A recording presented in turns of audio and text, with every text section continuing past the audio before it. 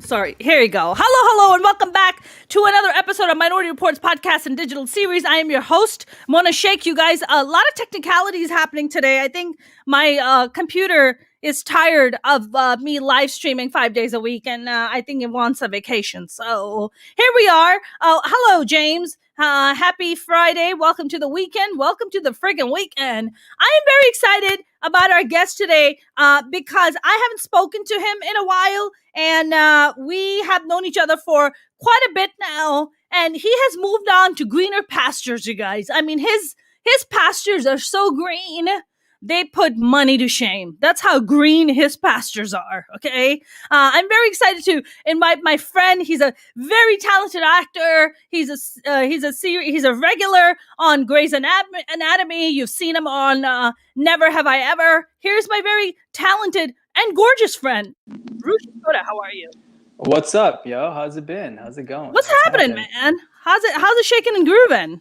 You know, kicking it, just one day at a time. It's been an incredibly challenging week so far. So I'm just looking forward to the weekend, really. Challenging week. What's going on? What? Just lots. It's audition season. It's pilot season. So that, and we're just wrapping up on season 2 of Never Have I Ever. Yeah. And it's been that of like grinding every single day. So. Yeah, and then my anniversary is coming up on Monday, so wedding anniversary? Yeah. Awesome! Congrats! Yeah. For 1 year, right? It's been 1 year, I know. 1 whole year, man. Yeah. Look at that. Did you guys get married during the pandemic or right as the pandemic hit? Yeah, it's so wild. It happened. We got married on March 15th. Wow. So it's like an hour before everything went into shutdown. Yeah, it was the most craziest week of my life for sure. You know, because it was also last pilot season. I had like 3 jobs, and I was like taking a week off, and everybody was freaking out. I'm like, wait, what do you mean? Why are you getting married right this second? I was like, yeah, but it's like our 15-year anniversary, so I have to get married. Amazing! Wow. Yeah. I mean, you've been with your now wife you guys have been together for a while. For a long time, yeah. Yeah, what, so like 5 years? So it's been 15 years that we got married. Together before we got married, and then now it's 1 year that we are married. You guys have been together for 15 years. Yeah, so it's going to be 16 years now, yeah. Did you guys meet in high school? We did. Wow. Rushi, I don't even know. So where were you born and raised? I was born in India, and I came to America when I was 8. But immediately we moved right to Queens into like the rinky dink of all of Bayside. What's up, Queens? What's up? Yes, that was good times. And then it's not what Queens is like. It wasn't what Queens was back then. Yeah. So, yeah. I mean, when you guys moved at the age of 8, was it primarily what national? Was mostly white or Greek? Oh no, it was mostly Korean. Oh wow! Yeah. It was. I grew up around a lot of Koreans. When I was growing up, my 2 friends were Korean, and I was eating a lot of like, bulgogi steak and like Korean barbecue and everything. I must have been Korean in my past life because my absolute favorite meal is Korean barbecue.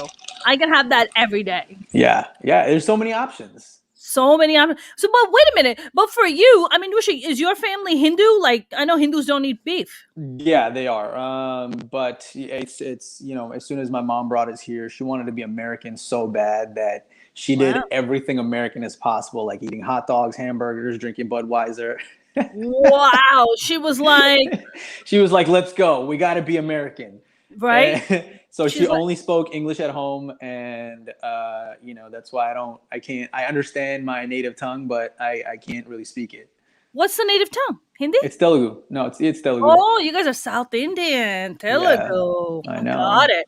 So they never. See, my thing is, Rushi, that a lot of things. I hear that from a lot of immigrant parents from everywhere, right? Yeah. When they move to America, they want to do this thing where they want to assimilate, and they don't want to stand out. They don't want their children to stand out or be picked on or whatever. So they're like, oh my God, I'm not gonna teach my kid that language. I'm just gonna speak English to blend in. But now we are in an age where it's appreciated, it's welcome, it's encouraged. Right. Like, you know. Yeah. So Yeah. do you kind of have a little bit of a regret that you wish your parents taught you telugu? Yes. It's so weird because it's like growing up. You want to be, you don't see people like me and you on Right, TV or in films or anything. Or if they are, they're like, playing the very stereotypical version of what something's supposed to be. So right. like growing up, I think, for me especially, like I wanted to be white so bad, but then not only was I getting assimilated to being American, but growing up in Queens, it was a lot of hip hop influence. So I wasn't Indian enough to be Indian, and then I wasn't white enough to be American, and That's right. now I wasn't like, down with the hip hop, but here, I'm Right. dressed like it, and I'm just trying to be that, and I was just like growing up very confused. So Yeah. yeah. So yeah, I wish there was, but I can't fault my mom for that. Like she Sure, she sure. She she was just did trying what to she protect could to. you. Yeah, yeah, Precisely. Yeah, yeah. absolutely. Risha, did you, I feel like with me, I moved when I was 15 from Hmm. Pakistan. And I feel like when we are that kind of mid age, like 8 or 15, when you move, uh, for kids like us, it's different because we're not born and, we're raised here, but we're not born here. And Right. especially at eight age, I'm sure you remember stuff from when you were 8 years old. I guess my question to you is, did you go through identity crisis? I mean, you Yeah. just kind of described identity crisis to me because I Yeah. went through it. Yeah. No, of course, absolutely. It was very confusing. I just yeah, trying to figure out who I was and what my roots are or what I'm trying to be. It was a very clusterfuck time because oh, can Yeah. we curse on this? We can say whatever the fuck we want. Fuck we want. Fuck yeah. So and then in like halfway through high school, my mom, she moved me to New Jersey, and it was in West Windsor Plainsboro where everybody was just like whitewashed. So Mm. and now I'm seeing people who look like me but don't act like me, or it was very confusing that even through all of high school and then college, I was trying to like finally I was out on my own. Yeah. But yeah, I was struggling a lot of looking a certain way, but feeling a certain way, feeling a different way inside, and Mm. then trying to figure who I am versus how people see me. So it was a major identity crisis, I gotta Yeah. say. I Yeah. mean, how long would you say that you went through your identity crisis, and what was your resolution? What part of you, if you eventually accepted and just kind of came to terms with yourself? Yeah, I was throughout college, and then I finally got into acting right after college, and then um, Which college did you go to? I went for my undergrad. I went to SUNY Farmingdale, and then Okay. for my grad school, I went to Harvard. Yeah, that's that stupid place called Harvard. Like a good bestie boy. You were like, It's I- I'm gonna hit that mark, mom. I know you want me to hit that mark. yeah, it's not for engineering, it's not for law, it's for acting. Oh my god. I mean, that's another thing. Like, I'll let you answer that question, but then also want to get into holy shit. Like, dude, South Asian parents really frown upon artists and acting and all that. So, Yeah. but tell me how you kind of came to terms, because that's something that always fascinates me. Yeah. No, it's after grad school, I was like, okay, well, in grad school, I'm trying to figure out acting, and I didn't have any basis of what acting was. Like I didn't have a foundation for acting, and then got to grad school, and I was like learning everything. I was absorbing everything like a sponge, and then that's like after grad school, which when I was like what, it's like 25, I think, maybe like 25, something like that. And then I got to LA, and I was just like, oh fuck, now who am I again? Like it's it was such a Mm. crisis of like, okay, well, I think I'm this way in grad school, and everything I've learned, I have an education, I have a foundation. Now come out and I'm like, okay, what kind of actor am I trying to be? Like what am I trying to do right now? Am I just trying to, throw spaghetti against the wall and then, get everything and anything that I can do? And so that was another struggle. But I feel like now that I'm like 34, I feel like after 30, I started to kind of figure out and be comfortable in my own skin. So it took a long time. Yeah. It took a lot of trial and error, and it's still trying to figure out, it feels very schizophrenic at times of like, okay, I'm doing this right now and then I'm doing that. And I'm like, oh my God, like what, like I need to just calm down and like play some video games and chill. And just figure out. I mean, for you to like go to undergrad and then go to Harvard for acting. I mean, were your parents kind of, and I know only South Asian or Middle Eastern guests usually get that question because our culture is very, very, very, big on education, and not like acting education. I'm talking about engineer, doctor, lawyer, Sure, whatever. absolutely. So what about your parents? Like you go to Harvard for acting and your parents are like, beta, what are you doing? It's so, well, first, like my parents have been divorced. I was the make it or break it child. So, that term, I feel like only like other people of color would really know about that. Yeah. Oh, well, there's also a lot of judgment, right? There's a lot of judgment that comes with that. Yeah, she was the first person in her entire family to get divorced. Wow. And so she came out. So she brought us out. She brought me and my brother out. And so she was always, a wild child and so she actually pushed me into acting. And she was like, I think you might be good at this. Like I graduated undergrad right in 2009 when the mortgage crisis happened. So there wasn't jobs anyway. And so she was like, try this out for a year, see what happens. And I was like, okay. And so she supported me through all of that. And then, when I applied for grad school, she wasn't even, I didn't even want to go to this program because I was just like, I don't know how we're going to afford this. First of all, like I got in, I was just like, I don't even know how we can afford this. Like, I don't know. I don't see a path forward of going to this program. And how much was it? How much? It was a buttload of money, like 6 figures to afford this education. And then the fucking interest rate is just like through the fucking roof. Right. So, to go to grad school, to go to grad school. Yeah. But it was also like, it was 2.5 years of grad school. And in the 2.5 years, I got to go to Russia for 3 months and study Stanislavski, which was amazing. So it was a very amazing program. I was just like financially, I'm like, I don't know how I'm going to afford this, but my mom just pulled out like G's out of her, whatever, and like made it happen. I was like, okay.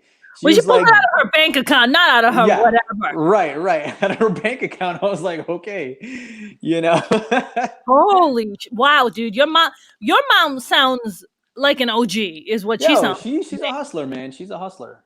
Your mom sounds incredible. Is she like a doctor or an engineer? No. She's a real estate broker. Wow. Okay, that's good money. That's so good money. she has like no filter in terms of trying to get like procure clients and get business. I'm like, yo, this power to you. You can just walk up to anyone and talk shop and be like, hey, do you need a house? Do you need a loan? Like, cool, we're gonna make this happen. Here, come to my office. We'll set you up. I love that. I love that hustle mentality. Yeah. So how many siblings are you guys? Are you just 2 brothers? So it's just me and my brother. So it's just you and your brother. Yeah. And is your brother in real estate world also, or an artist? Yeah. He's an appraiser. He's a real estate appraiser and also commercial appraiser. And he branched out, and he's also a pilot. Like he wanted to fly really bad, so he taught himself how to. Not taught himself. He got all this like teacher accreditation and whatnot to do that. Brown, man, I don't know about you, but I know after September 11th, brown guys and flying, it's not a hot topic. I know. I told him, I was like, dude, you shouldn't be flying, right? She's like, I don't know, man. I hope he changed his name to John or Chad. No, he calls himself Sri now, like Sri. That's it. Sri? He's Sri? Yeah, Sri Kota. That's it. I hope he changed his name to Ben Kota or something. Like here's Steve. Steve the pilot. It's like, do you speak another language? Nope. Not at all, sir. Just English. Just American is what Yeah. It's been a wild ride for sure. Man. Like, my family's just like hustling all day. Yeah. I mean, for your mom, I mean, we're talking what, like 90s is when she probably moved? Yeah, like 92. Yeah. 92. You moved in 92, I moved in 95 is when Yeah, I no, I moved in 95 too. Yeah, she came 92, but then like took 3 years to establish herself. And then got you it. came in 95. Holy shit. When'd you come? I don't remember what month I came, but it's probably like July or something. Mine was July also. Yeah, Yeah. yeah, yeah. Huh, Yeah, we went yeah. to the Like airport at the same time. summertime is when brown people make the Yeah. exodus. It's like, Uh, great. We just want to get used to the winter they're first. like, it is too hot here. We have to go. It's like too hot. Like we are just like, we're gonna take our leave now. Man, Rushi, I have seen you just climb in your career climb, and you know what I absolutely love and adore about you is that how humble you've stayed. Right, you're just such a nice, humble, well-grounded individual, and I think so much credit goes to you, and I think a lot of credit goes to your mom too of Yeah, of how she course. raised you. Yeah. I mean, let's talk about, man, you've been out in LA for how long now? It's been 7 years now since I moved in 2013. You were in 2013 and you pretty much hit the ground running. I mean, you got here and what? Very quickly you were getting like awesome gigs left and right. You were auditioning pretty hard. Yeah, I was auditioning pretty hard. I know we like, I remember like our first thing when I came to for my showcase. This agency, they missed the showcase, so I had to put up a scene for this agency, and then I remember you helping me with this, and it was like it was great when you saw it in the showcase, but it was so out of context when by itself. Right? Yeah. It didn't go well. Right. Yeah, I remember this. Yeah. Because it has to be gone. I forget what scene was this. I don't even remember. It was a scene I wrote with my classmate, and she's Chinese and Swedish, and so she wrote in multiple languages for herself, and then I wrote multiple accents for myself. It's about a dude going in for an interview, but it ends up being what is it, a male prostitution agency. Oh, wow. Yeah. Oh, I remember that. This is coming back to me. Yeah. And then I'm like, oh, look at all the things I can do. And she's like, yeah, but we need the goods. So like, she makes me take my shirt off. Yes, I remember that. I do remember that. Man, Yeah. male prostitution. Listen, Hey. everybody's gotta eat. Hey, OnlyFans, right? We gotta Listen. they make a lot of money. If I went on there, I don't know what I would do, but maybe I can just like pay off my student loans. It's very possible. If I go on there, people would just tell me to put more clothes on. I think people be like, "Can you cover the face and the We play body?" strip poker, but here's another. Yeah, every time we No, win. mine would be burka poker, but like the more burkas we can just put on you to cover it up, better. Every layer we give you $100 for every layer you put on. That's easy money right there. That's easy money. It's easy for you, dude. Are you on OnlyFans? Like, are you like? No. I saw it like Bella Thorne was on, and I was like, "Damn, girl, you making like 7 figures? What? Come on!" Oh yeah, and then she went and like apologized to people that were like, "Sorry, folks, I'm making all this money here." It's like, okay, I just gotta invest in like crypto, and I'd be like, "All right, well, that's all I got going on." So right, exactly. I mean, I'm doing the same as you, investing in crypto, investing in the playing the market a little bit. Yeah, that's kind of what I've been doing. Man, so now you have been on Never Have I Ever, which is a Mindy Kaling show. Very successful. So you guys just wrapped up season 2? Correct, yeah. I must confess, I've watched a little bit of it. I didn't watch a lot of it. Please do tell us about your character on Never Have I Ever. So I mean, it's a very it's an awesome show. That is it a recurring or is it a regular? It's a recurring, yeah. It's a recurring role, yeah. Okay. So it's an amazing show that circles around 3 generation of Indian women in America, San Francisco. Where are we in? Sherman Oaks. Sherman Oaks specifically. Excuse me, sorry.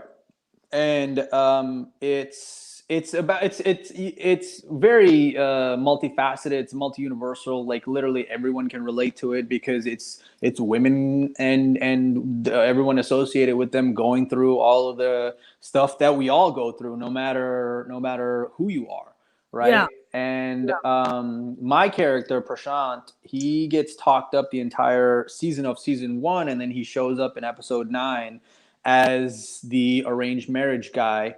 But so, and everybody just falls in love with him. It's like, oh shit, they weren't expecting to see me, and I was like, oh yeah, I just showed up. So I remember that scene when she opens the door and she sees you and she's like, yeah, hello. Yeah. I remember that. And I Yeah, was she like, makes that's her. my boy. I'm like, that's my boy, Rushi.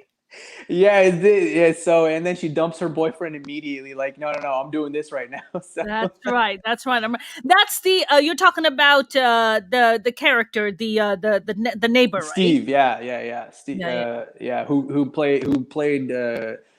it's played brilliantly by Eddie Yeah. Liu. So No, I'm talking about the actress. What's her name? Maitri, there's Kamala. I think it's Kamala. Yeah. Kamala's the mother, right? No, Nalini is the mother, and then Kamala is the cousin, And you're the love interest of the Kamala, right? Right, correct, yeah. Right. Did you get to work with the Mindy Kaling? Did you get to hang out with her and talk to her? I didn't. It's been in that episode that I was in. I didn't get to see her because I think she was off shooting, doing something else. And then, this has just been the weirdest year of COVID. It's like, fuck, man. Last year, this year. I must confess, Rushi, I don't know about you. I don't know what kind of personal epiphanies you've had, but for me, I learned that I'm an introvert. Like, I like to stay home. I don't really like talking to a lot of people. Yeah. And I live stream 5 days a week. What the fuck? Yeah, it's like I only want to see you through the screen. That's it. Like, don't touch me. Don't come near me. Like, no. I don't want to know what kind of food you cooked that day, so I smell it off of your clothes. I don't know what cologne you wear. We don't need to go there. Yeah, it's weird, man. It's I'm a total extrovert. Yeah, but I recharge. Like when I come home, I don't want to be associated with anyone. So I'm both, I guess. Like you're an extroverted introvert. Like yeah. Like I like people. Yeah. And then I like to be by myself. Like I don't want to hang out with people all the time. Yeah. Meanwhile, like my wife's a complete like introvert. Like she fucking hates people. And I'm like, great. That's awesome for you. She's like, I love being home and working from home. And it's great. I'm like, meanwhile, I'm like, fuck. Exactly. I actually made a post about it yesterday. I made a post of like, introverts are not happy that the vaccines are out and now they have to go out and talk to people in the world again. They are not happy, dude. Yeah, she's like, oh, we're going to go out to a restaurant to eat? Fuck this. Exactly. Introverts are loving this. They're loving this right now. Man. So you have that, but you're also a regular on Grey's Anatomy, aren't you? I was recurring guest on Grey's Anatomy as well. Okay. So which was an amazing experience because I was like it was my first big gig and I was like a year and a half on the show and it was that money, but you can buy a house with that money, can't you? Well, not if you're a recurring guest because. No, because it was my first. I'm just like, talk to me. What kind of movie? I know. Well, it was because it's my first gig. I didn't start my S corp until because I didn't know how many episodes it was gonna be. So I was like, it was every episode was a negotiation of price, and I was like, holy fuck, we're gonna do this like every time. Yeah. It's like for 16 episodes, we're really fucking like it's a lot. So. It was so I didn't start my S corp until then, which meant I got like brutalized in taxes and then on top of that having to pay your agent and your manager. I was like, cool, I'm walking home with like 30% of what I'm making. That's but right. Because I'm a hustler and I still kept my survival gig on the weekends. Yeah. Even through all that. What was What's your up? sorority gig? I What was was your bartending. I was Oh, good for you. mixologing. Yeah. So I was making money on the side while I was on the show, but it was like a weird experience because like when the season came out and then now everybody saw me and recognized me and I was like, wait, I wasn't expecting all this shit. I was like, I didn't think all y'all watched all of this. It's amazing, man. It's amazing that when you start appearing on stuff and people start noticing and you're just like, I didn't know you did that. And then you're just Yeah. like, of course you did, because what we do is constant freaking public eye stuff. That's what we do, Yeah. Yeah. Yeah. you know? It's a lot. Yeah, That was a weird experience for me because I was like, people like when I was working, I was like, well, people would come up and be like, oh my god, can we take a picture? I was like, no, I'm fucking working. Like I'm busy making money right now. you can tip me more. Yeah. Yeah, or there'd be people like who are like, oh, I'm an Uber fan of the show. So and then like I had this one woman ask, I was like, I'm an Uber fan of the show. I love every single character. And then meanwhile, she just like racks up a huge bill. And then she's like, yeah, I love this scene. I love that scene. I'm like, great. And here's your bill. And then like when she got the bill, she's like, her face just turned red and blank. And I was like, what do you expect me to be fucking doing here for you? Like I have a job. Right. I'm not like paying for all of this shit. Like That's pay for right. you order this, pay for your own shit.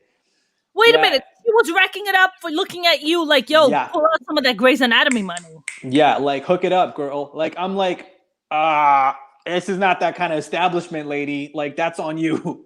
Right, right. So yeah, And she's it not was. even putting out. Like, get out of here. Like, I know. bitch, I'm at least like, put out. Like, you can't be like something. Yeah. you can't be demanding shit without putting out. Can't be just starfishing and expect like all kinds of, Thank you. Like something. Yeah. Like So wow. it was a lot of that. It was a lot of that. So did you like then stop the side gig and you were like, okay, this is getting No. weird. No. But were you getting at least bigger tips because of it? Sometimes sometimes, not all the time. It's like Man, Rushi, what we do is so weird. it's Like hard. 1 minute you're just like, I'm hustling, Yeah. Yeah. I'm doing all these odd jobs, and then you're like, all right, I'm just gonna keep the side hustle. Then bam, all of a sudden the season comes out, people see you, your face all Yeah. over. You're like, Yeah. I still got people confuse fame with money. That's the problem. It's true. It's 100% true because it's like, yeah, exactly. Because once the show ends, Right. like it's not like unless you're a series regular, That's correct. you're not making, even if you're a series regular, you Yes. still got to shell out for your manager, your agent, the taxes, publicist. your publicist, your lawyer, your fucking, masseuse, your makeup artist, your caterer, all of these people. And by the time that happens, you don't have any money left. That's So right. even, even that, it's like once the show ends, I still got to pay my bills. I still got to pay my car payment, my student loans, my phone bill, all of this stuff, my rent, so like how am I going to make that money? I got to go get a job. OnlyFans. OnlyFans. Yeah, like please watch me jerk off, but you can't see me any nudity. Hopefully you just like give me lots of money. So. Precisely. And it's so funny because you're not even masturbating. You're just like literally shaking your protein shake and you're like, that's all I'm doing, guys. Yeah. No touching. No touching, yeah. So it's hard. It's hard. Acting is incredibly hard. Even if I'm on this show, it's like, it's because it's a recurring guest and whatnot, right? So I'm still like, cool, like, I still got to pay my bills. I still got to do all this stuff. Right, and then that's a monthly paycheck. And then cool, like, okay, what am I going to do next month? That's right. And Rushi, and just for people's understanding, when you say recurring, like a recurring guest, explain to people, recurring guest doesn't mean that you're going to be in every episode. They're going to bring you on when they feel it's right for you to bring on. Correct. So that could be maybe twice in one season. That could be maybe just once in one season. You don't know. Right. And exactly. You can't live off of that money. You still have bills to pay, like you said. Oh, of course. Yeah. But, so, guest star means it's like, okay, you're guest star and you're going to, co-star is different from guest star and, background. That's right. It's all background people, extras and all that. And then co-star usually have like either, under 5 lines, and you just come in, literally support the scene. And then guest star, you have a bigger role in the episode and then recurring guest star. Okay, cool. We have a storyline for you. And so you'll be appearing in multiple episodes now. It's usually, if it's a recurring guest star, means like it's more than one episode, because it takes 2 to recur. And then it could be 2 episodes, or it could be 10 episodes. It could be whatever they feel like it. So right. Yeah. I mean, I feel like so many people think that what we do. I mean, you're right. On paper, it looks very sexy, right? Yeah. Oh, of course. Yeah. Oh yeah. Recurring this and co-star that, but people don't understand the amount of bullshit that goes in the background, right? Yeah. People just look at the sexiness of it in the front. Yeah. I had a girl recently, a Desi girl, a brown girl, hit me up. She wants to become a manager. She's on the East Coast. Like an acting manager. Like an acting. Okay, cool. Okay. But she really has no clue how the fuck this business works. No clue. Okay.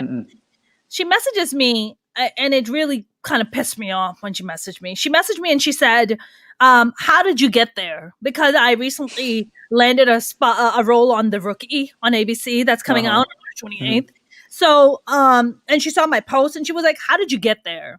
And for a moment, it like just kind of took it. I got taken aback by that comment, because I was like, "How did I get there? How the fuck do you think people get anywhere?" Right? It takes 20 years to get your breakout role. It's like, to make it to be famous, it takes 20 years.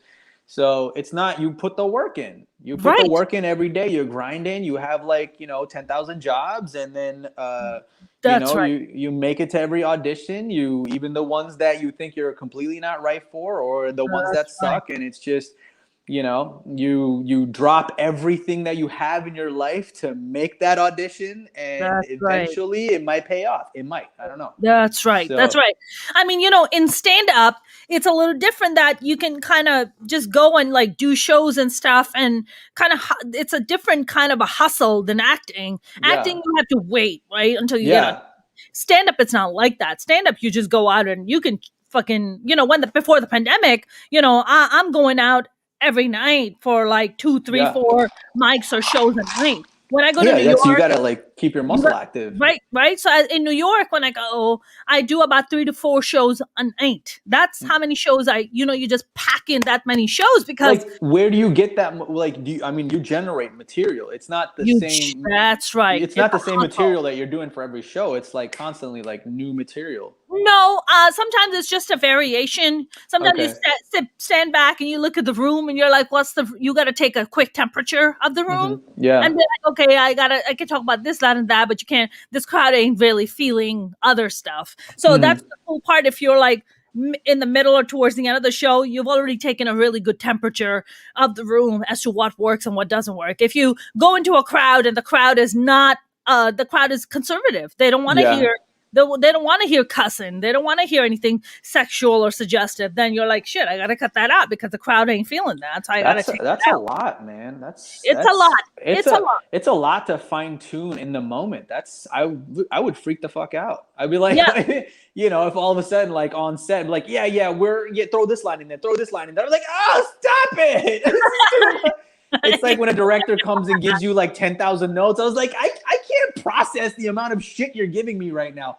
Start with one, and then we'll work our fucking way up. Fucking calm down. I think a stand-up, you just, the thing about stand-up is that you eat shit in real time. Yeah. You win in real time, and then you eat shit in real time too, right? So it's just instant. It's instant. If it doesn't work, you are falling on your face right away, which is great, because you're like, all right, that shit didn't work. Don't fucking do that shit again. And then you're like, let me cross that off. Okay, wrong turn. But I feel like with stand-up, there's this different kind of a hustle where you're just constantly going out there and doing your thing and just creating content. But man, acting, people confuse fame with money. Oh, just because you're doing recurring roles, you must have a lot of money. No, it doesn't fucking work that way. Look like that. You're getting paid union scale. It just, it's not a lot. It's not. Also, it's like even this season, because of COVID. Yeah. Yeah, I mean, like I'm getting my whatever union scale is. It's just and my union scale is, and then but it's also like they packed everything into like one day. All the material you have, and now you're just like, oh, cool. I'm working literally one day a year for an episode. It's like that, and it's just that was what was daunting for me. Yeah. Going into it, and I was just like, oh fuck, I've just been drinking tequila for the past like 4 fucking months, and now you want me to go shoot something? I'm like, hold on, do I remember how to do this? Man, I've been consuming. I have become such a proud pothead. For me, I mean, God knows. So whatever money I make from acting is definitely going in my pot consumption. I have made my dispensary very wealthy. I can tell you that. No, it's when we got married, we moved. Like we got married in New Jersey, so we. Oh, you did? Oh, that's awesome. Yeah. We ended up staying at our in-laws' place for the next 8 months. Wow. And I wasn't expecting all of that because I was gonna come back literally the day after the wedding because it was pilot season. Yeah. And so immediately, like, it was a whole fucking culture shock for me because I'm like, wait, what are we doing right now? And then, and then there was this particular kind of tequila that was at this liquor store that I used to go to, and I literally, like, it was a good tequila. It's Tequila Ocho. So I was the only one who cleared out their entire stock of Tequila Ocho in the coming months. Wow, you're the Tequila Ocho guy. Yeah, I was a Tequila Ocho guy. Yeah. Man, you should tweet at them. Be like, listen, I've been drinking your shit all through the pandemic.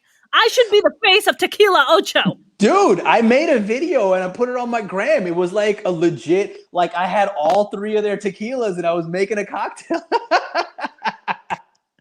That's how bored I was. Did you tag them?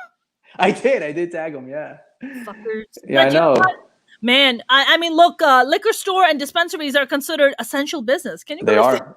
Yeah, but people will go insane if we didn't have. Can you imagine if all of a sudden they shut down internet and you had to be in a lockdown? People would be committing fucking crimes, dude.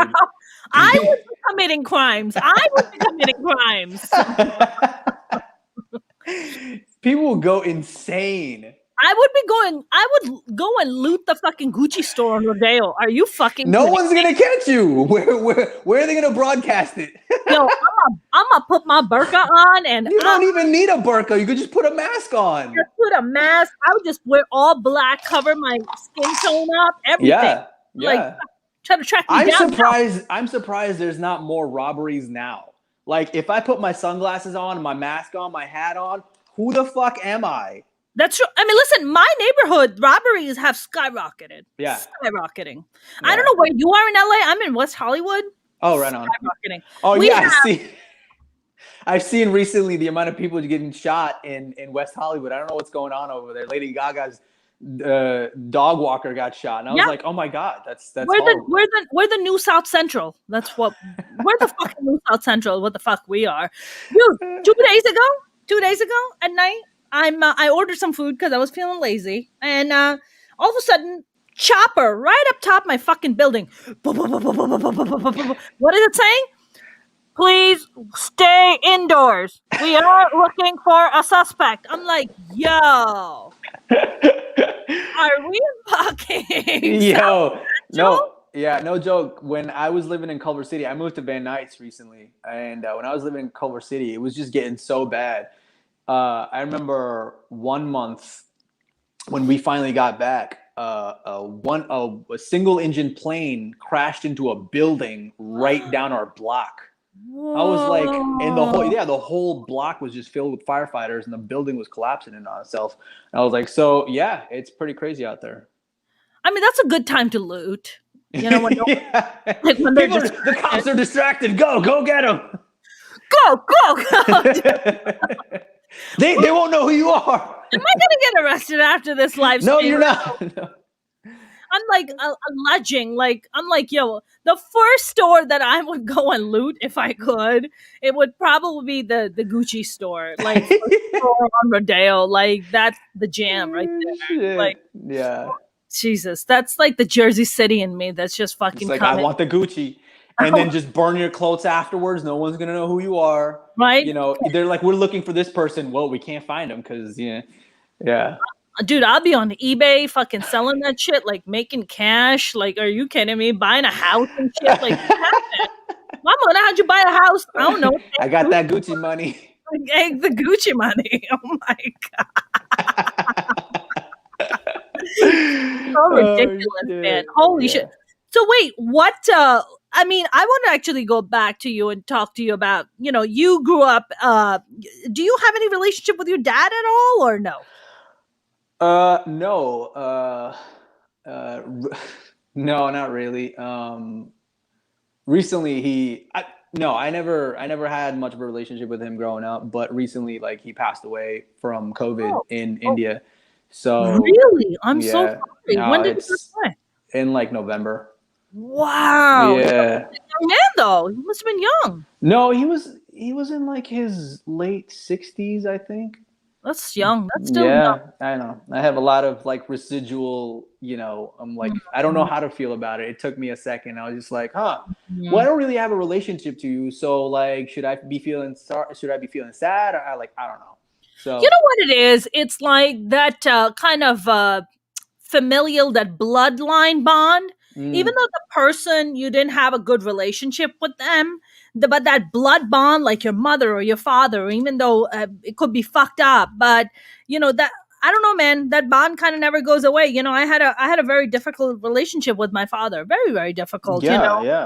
My father had a lot of his own personal problems. He was very physically abusive towards me, very physically abusive towards my mom. And so Yeah, it was a same. very complex relationship. So when my father died, I think for me, when a month before my father died, I made peace with him. We Yeah. talked it out, and a month later he passed away. But in your situation, yeah, man, like when you don't have that relation, you're just like, how am I supposed to feel about this? Yeah, it's like I that. get You it. don't have that time to kind of like, like, kind of talk it out and be like, oh, okay, well, it's just now, it's just a chapter that's completely like, oh yeah, we're just gonna skip past that one. So Yeah, yeah, yeah, but yeah, it's so weird, like how, like, speaking of fathers, of how the stereotype of Indian fathers is, and they're just so repressed, and I guess they're just, I don't know, they are the way they are, and yeah. they don't ever want to see the other side of things, right? Like I feel like when I'm a father, I'd be like, oh yeah, like, oh dude, I'm gonna get you. I'll be showing you tough love. Like, I'll be there for you to kick Yeah, your ass, but also you can talk to me about anything. yeah. I'll be there to like give you all the love in the world. Sure, But sure. like, tell you you're an idiot when you fuck up. So Yes. You know what it is, Rushi, for you and me, right? Where even though we were born in India and Pakistan, but we were raised here, so our mentality, we also have access to things. We also have right. resources that have Yeah. been able to help us evolve as human beings. I mean, look, we're also artists in America. It's a big Yeah. deal. It's a Yeah. really big deal. Yeah. But we've also, it also has helped us with our personal growth and evolve into the people that we are today. However, our parents didn't have that. They didn't have No. access to therapy. They didn't have access to go and talk to someone about their feelings. Like, they didn't Right. have that. You just had to shut the fuck up and rough it out. Like, It's go get a true. fucking job, provide for a family. Yeah, You like, got issues, suppress all your feelings. suppress all your feelings. Don't ever like bring anything up, and bury That's it right. all deep inside, and then just here's the hustle. We gotta make money. Gotta make money. Gotta make money. That's it. That's right. Yeah. Yeah. I mean,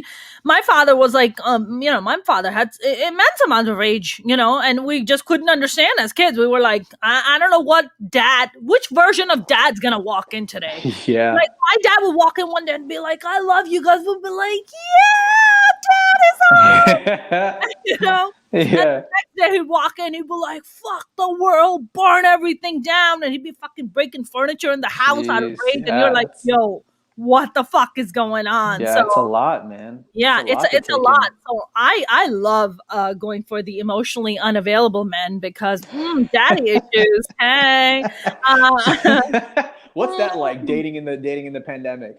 I was always uh, curious. it's just as bad, if not worse, than regular dating.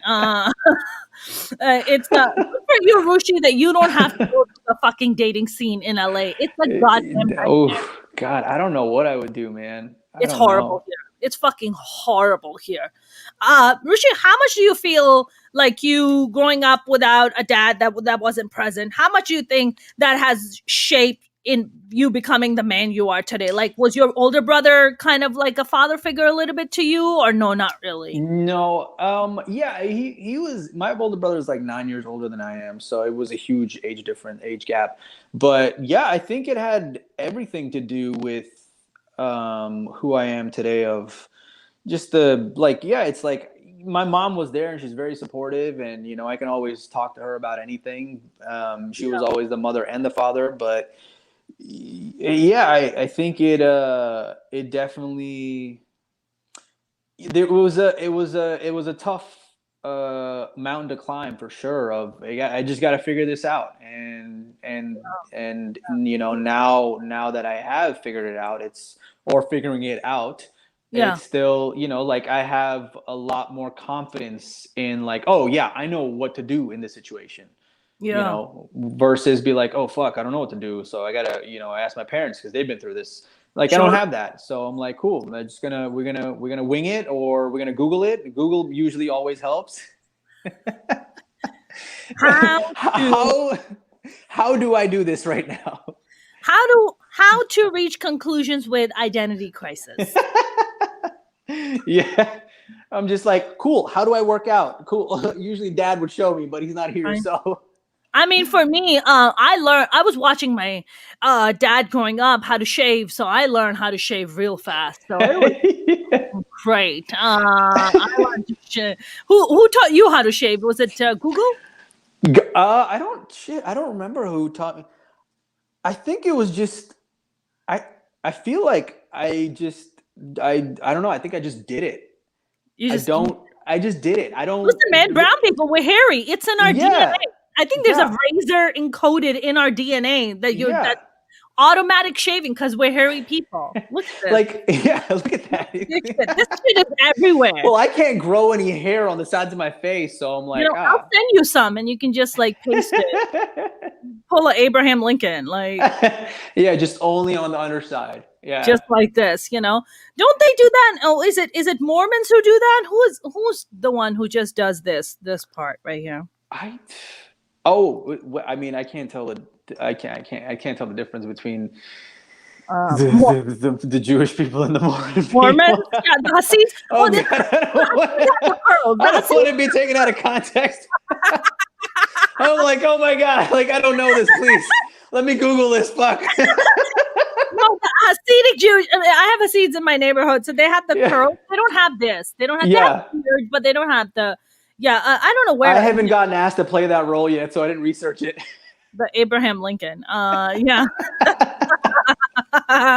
Oh man, Rushi, so now during the pandemic, like you clearly bartending is out of Yeah, I'm not going back. fucking out. I'm not Have going you back. been like working on are you doing any other gigs from home or something, or what have you been up to? Mainly it's been a lot of acting. It's just like 5 days. My reps are awesome and they just keep me super busy. And I think it's easier once you're on a show to, like, oh, he's doing this. Like, go Right. see him for this. Right. But I've been just working on my screenplay and yeah, like, working on fitness and really trying to stay disciplined and and figure out the proper ways of working out. And yeah, but mainly it's been like 5 days of acting, and now I've gotten to a stage where I'm like, cool, I can just guiltlessly play video games and I can justify it. Call of Duty. What are we playing, Rushi? Right now I'm on God of War. Oh my God, my brothers loved that game. It's so good. My brother had his pregnant wife sitting next to him while he played that game. I It's looked at great. her. I was like, I could never do that. What you're doing? The dude got the deepest voice, right? And it's a father and son story, and it's a totally like he treats his kid like shit, but it's all just tough love, you know. So is he Indian or Pakistani? The character?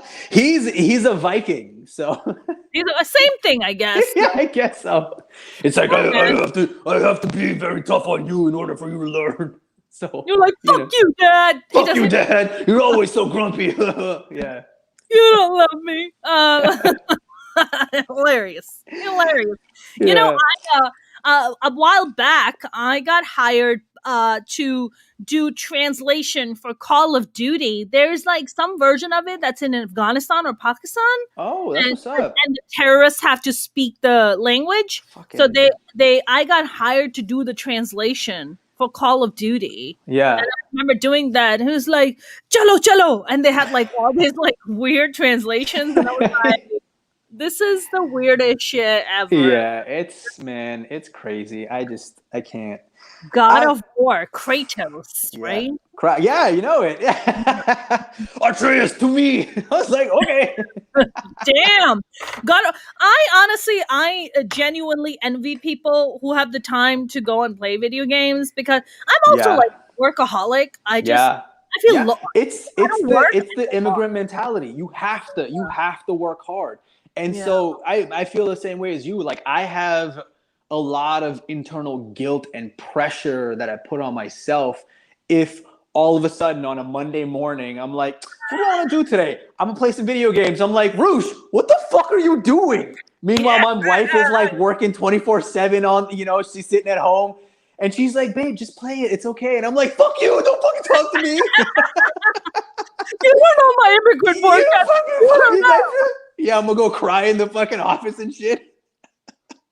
I'm like, I don't want to play video games even though I really want to. Right. Absolutely. What does your wife do? Like she works from home. What did you do? She's actually crushing it. She's a scientist.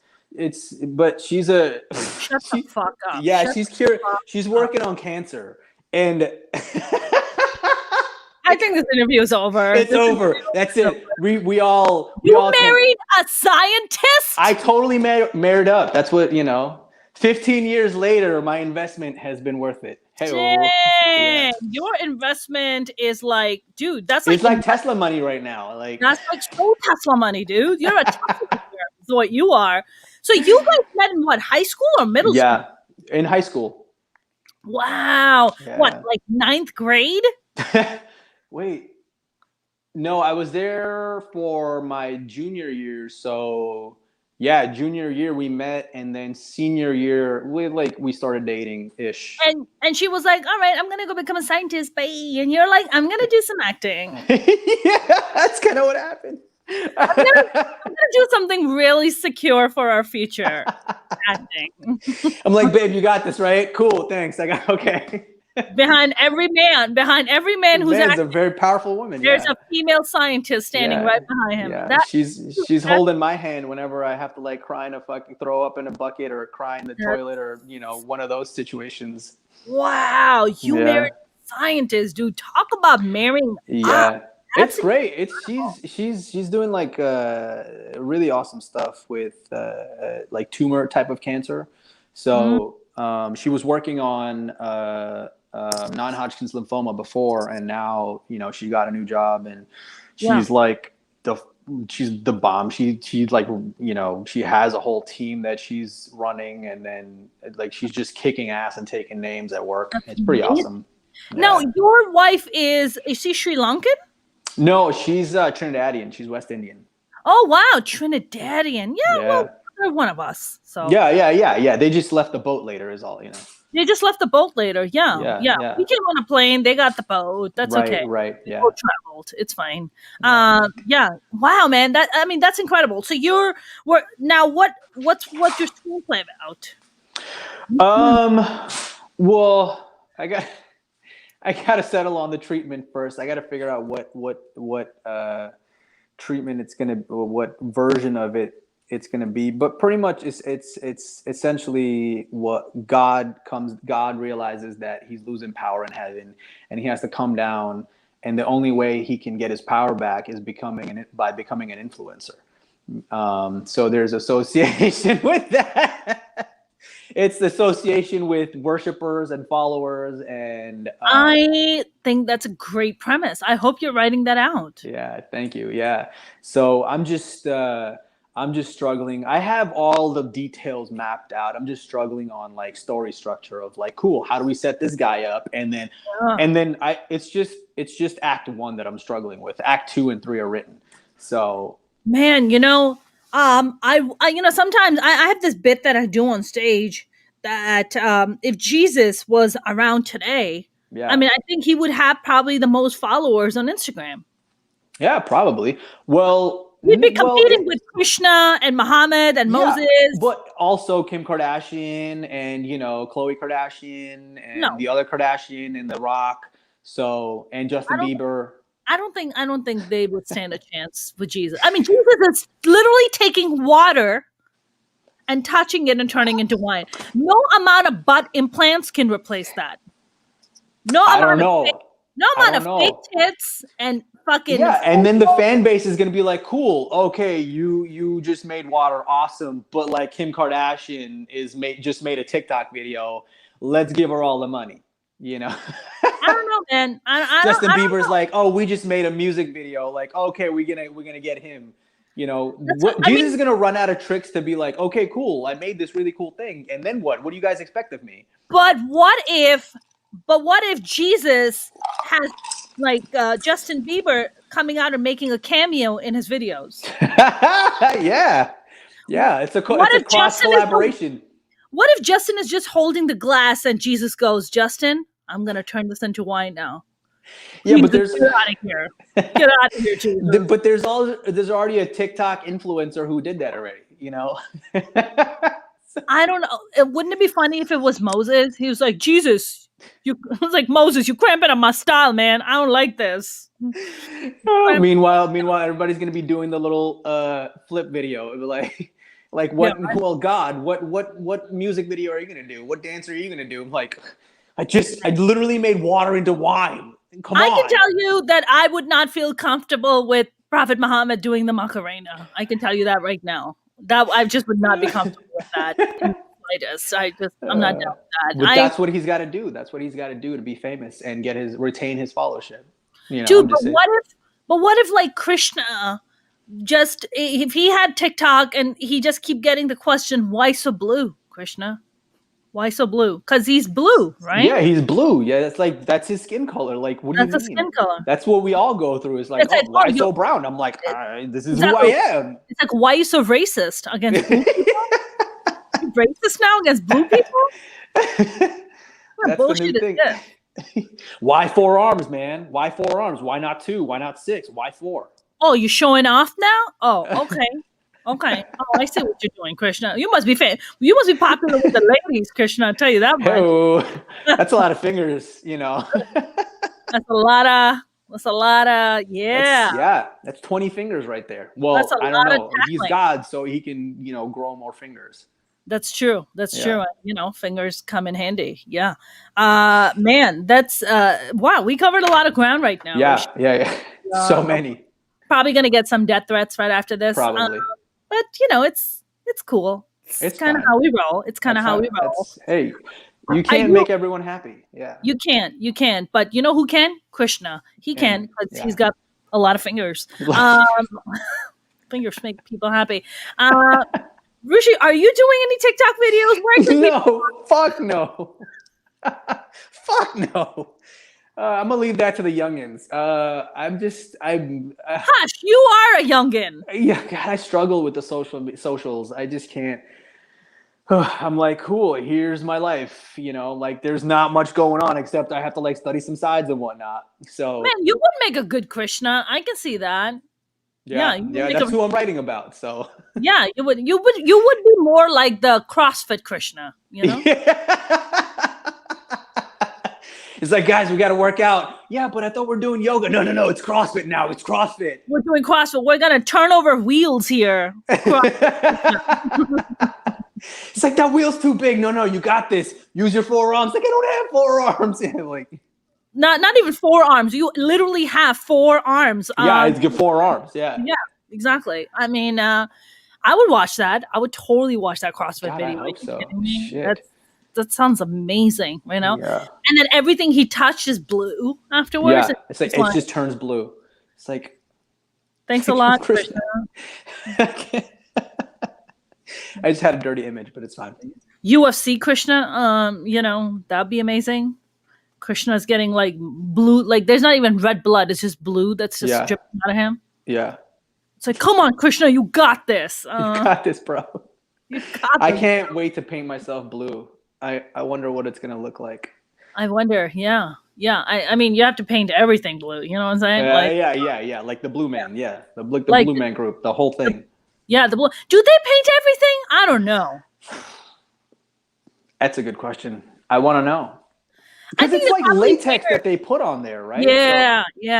They put on latex, but I think the rubber underwear they probably wear, they just paint it. Yeah, I mean, I want to know what it's gonna look like blue. So, I mean, you can go to Home Depot and find that out for yourself. Like, you don't need to wonder. Sherwin-Williams has an answer for you. Babe, are you getting in character? No, I'm just experimenting. I'm just figuring out how things look when they're blue. No shame in that. Yeah. So you have your social. We're gonna wrap up, my friend. So people can just follow you on Rushi Kota. Yeah, called Rushi Kota, just everywhere. Just Google Rushi. No, it's on Instagram's Rushi Kota, Twitter's Rushi Kota, Facebook is official Rushi Kota. Okay. Google is just Rushi space Kota. You can just say Rushi Kota and things will appear. You know, amazing. Yeah. Listen, you're going to be the CrossFit Krishna. I don't know how you want to put this.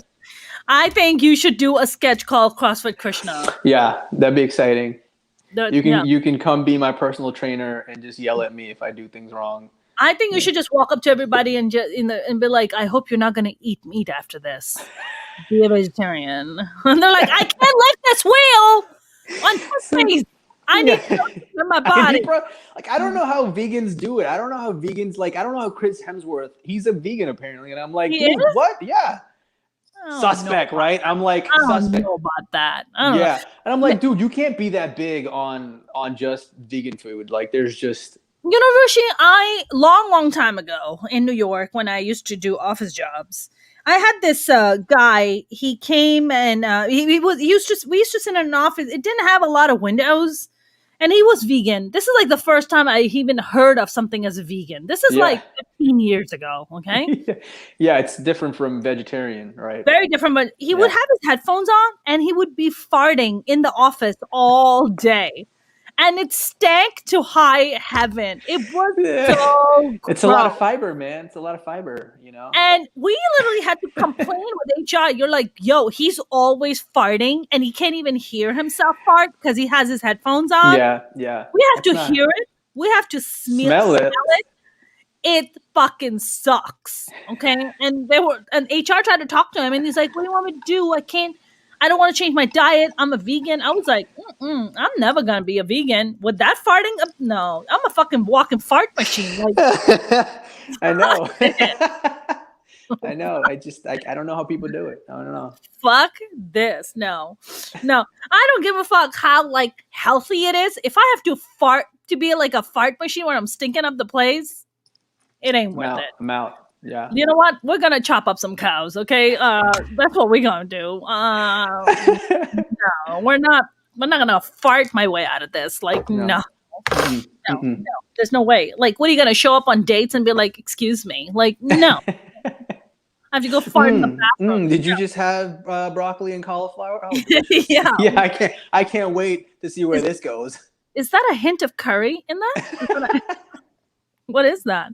This conversation has taken a dark turn, but I am thoroughly enjoying it because I have sometimes juvenile sense of humor. We just gotta take our personality test. You're a 5-year-old. Yeah, yeah. Like, how are you, sometimes people ask you how old are you? I'm like, emotionally or physically? Like, what are we talking here? Yeah. But I think tonight is a good night to go play Kratos. Yeah. Well, yeah. Yeah. I was gonna catch some Minari. I just got a DVD for it, so. Me too. Oh yeah, you got the SAG screeners. Yeah, they started doing all this like virtual stuff, and I'm like, I'm not going to this. Fuck this. Yeah. Yeah. I want to watch Minari too, and I also got Woman of a Certain. What was that? What's that woman one? Life, little pieces of women, or women? No. It's like Woman of a Certain Kind or something like that. About okay. a woman who pretends, who pretends to be drunk, and then she catches all these guys that are like trying to rape her while she's under. It's shit, it's a really fucking dope movie. The director is nominated for an Oscar. Yeah, nice. That's awesome. Yeah. There's a lot of amazing movies that are out right now. I mean, it's just, don't you think it's just too many movies? Like, it's just gonna increase from this. It's just too many movies. I'm like, we're talking about one movie right now, and in like the next 5 seconds, there's gonna be like 40 more movies, and I'm like, I can't keep up. Like, I honestly feel, Rushi, I think 10 years from now, 5 years from now, 10 years from now, this whole hoopla around movie award shows, I think it's gonna go down. Because it's just going to be overwhelming. Either more movie awards have to pop up, or I think the movie award shows are just going to go down because it's just too much. It's just too much to cover. It's too much. Yeah, there's no way. Yeah, Rushi, this has been a great conversation, my friend. Thank you very much for joining us. This was fun. Yeah, and thank you for having me. Thank you, man. Thank you. You go out and you create the CrossFit Krishna. Okay? I'm gonna create the CrossFit Krishna. All right, my friend. Take care. All right. I'll talk to you soon. Have a good one. Bye. You too. That was the lovely Rushi Kota. That was a really fun conversation. I hope you guys enjoyed that. I know I definitely did. You guys, if you haven't subscribed to my YouTube channel, please do. You can go to youtube.com/Mona Shaikh Comedian. And you can also follow me with the same name on Facebook and TikTok. And also on Instagram and Twitter at Mona's Comedy. You guys have a good evening. Have a great weekend. Stay safe out there. I will see you soon.